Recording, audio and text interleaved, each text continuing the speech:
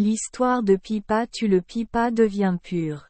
Pour les Chinois, le pipa n'est pas seulement un instrument de musique mais aussi un symbole spirituel.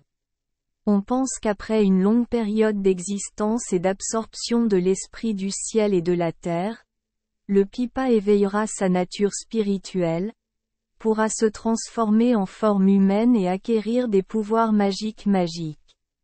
Les joueurs, après un certain temps avec l'instrument, deviennent sympathiques à l'instrument et, après leur mort, peuvent également se transformer en pipa-tu.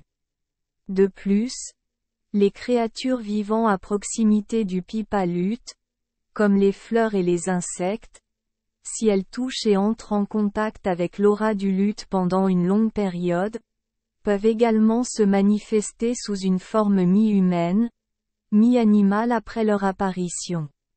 Fin de vie. Ayez toujours un pipa avec vous, cela peut expliquer en partie pourquoi le gobelin de Journey to the West, après avoir été détruit, se transforme en scorpion. Dans le concept bouddhiste, Bhikkhu appartient également au rang des dieux et se trouve dans le paradis de la félicité. Si pipa-tu est de mauvaise humeur et crée beaucoup de karma négatif, il peut devenir pipa-tin. Pipa-tu apparaît souvent sous la forme d'un beau garçon ou d'une belle fille, portant toujours un instrument pipa. Pipa-tu peut également se battre avec son instrument. Le son de l'instrument peut provoquer le chaos chez l'ennemi, le rendant fasciné, fou et ses sens affaiblis.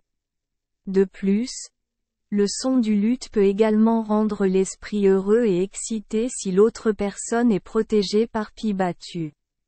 Contrairement à d'autres types de gobelins, le pipa devient une étoile après avoir été détruit jusqu'à ce qu'il apparaisse.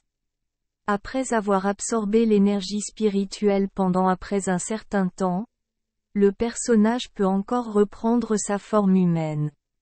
À Fongzan Bang, Ngok Tasen Kyuba a été brûlé par Kyong Tuna, révélant sa forme originale.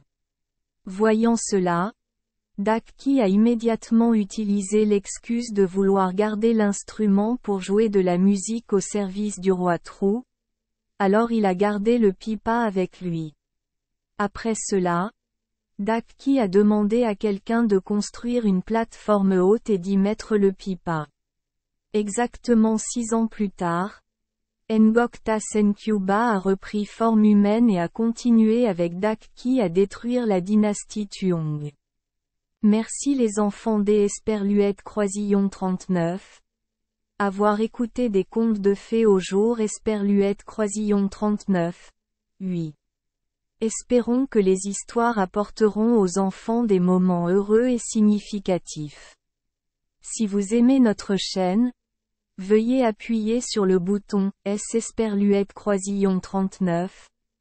Abonner, pour ne manquer aucune histoire intéressante. Je vous souhaite une bonne nuit de sommeil et de beaux rêves. Rendez-vous dans la prochaine histoire.